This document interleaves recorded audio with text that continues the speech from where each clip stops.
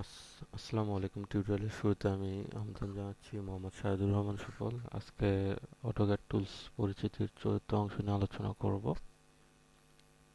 তো আমরা গত টিউটোরিয়ালে মোটামুটি মুভ কমান্ড আর রোটেট কমান্ড পর্যন্ত জেনেছি। তো আজকে আর কিছু কমান্ড নিয়ে আলোচনা করি।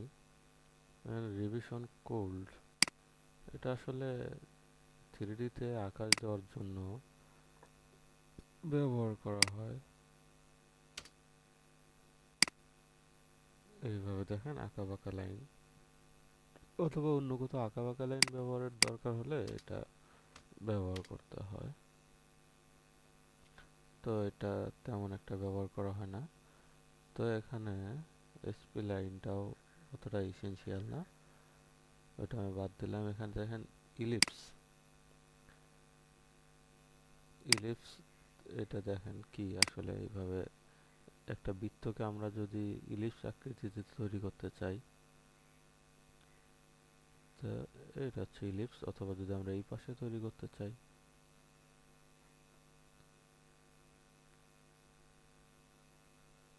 এটা হচ্ছে ইলিপস। এই পাশে তৈরি করলাম ইলিপস, ডিম আকৃতি, এটা হচ্ছে ইলিপস। তো এরপর দেখেন ইলিপস আর্ক কমান্ড, মানে ইলিপসের অর্ধাংশ। তো এটা তৈরি করার জন্য আমরা কমান্ডটাকে সিলেক্ট করলাম, করার পর একটা লাইন টানি, টানার পরে ইলিপস কোন দিকে করব, এই দিকে যদি করি, এই দিকে করলে এরকম করলাম, এই দিকে টানবো। আর যদি এই দিকে করি তাহলে এই দিকে করলাম। একটা ইন্টার স্কেপ আবার দেখাচ্ছি।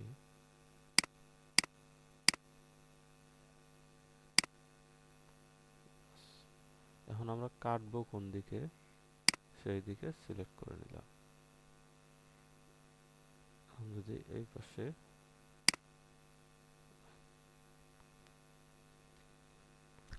তো আমি আবার দেখাচ্ছি।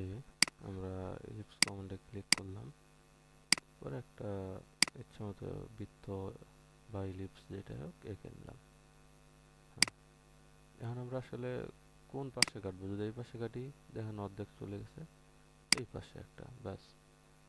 আবার যদি আমাদের আবার অঙ্কন করি, দেখা গেল আমাদের এই পাশে কাটতে হবে, এখানে একটা, এখানে একটা ক্লিক, এই পাশে কেটে গেল। হচ্ছে ইলিপস কমান্ডের মোটামুটি কাজ। তো এরপর আছে ট্রিম কমান্ড। ট্রিম কমান্ড দিয়ে কোনো অবজেক্টকে কেটে ফেললে ট্রিম কমান্ড ব্যবহার করা হয়। তো এখানে দেখেন এই যে বর্ধিত অংশটুকু কেটে ফেলবো, এর জন্য আমাদের ট্রিম কমান্ডের দরকার। তো এখানে ক্লিক করলে হবে, করার পরে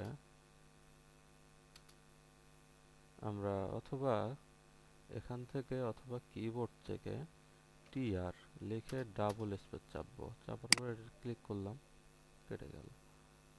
এটাতে ক্লিক করলাম, দেখেন কেটে গেল। তো এই বর্ধিত অংশটুকু কেটে ফেলার জন্য ট্রিম কমান্ড ব্যবহার করা হয়। তো এরপর আছে হচ্ছে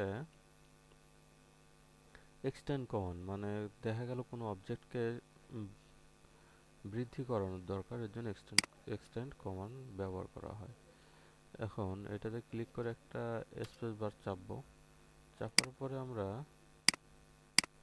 এই যে বেড়ে গেল, যেটা বাড়ানোর দরকার সেটা বেড়ে যাবে।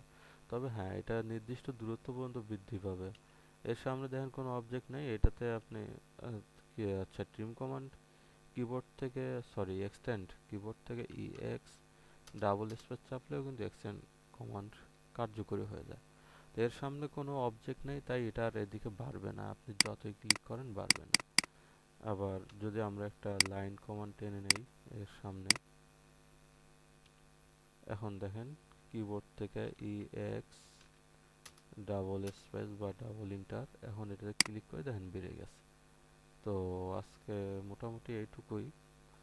তো আজকের টিউটোরিয়াল এই পর্যন্তই। আগামী টিউটোরিয়াল দেখার জন্য আমন্ত্রণ জানিয়ে আমি বিদায় নিচ্ছি। মোহাম্মদ সাজিদুর রহমান।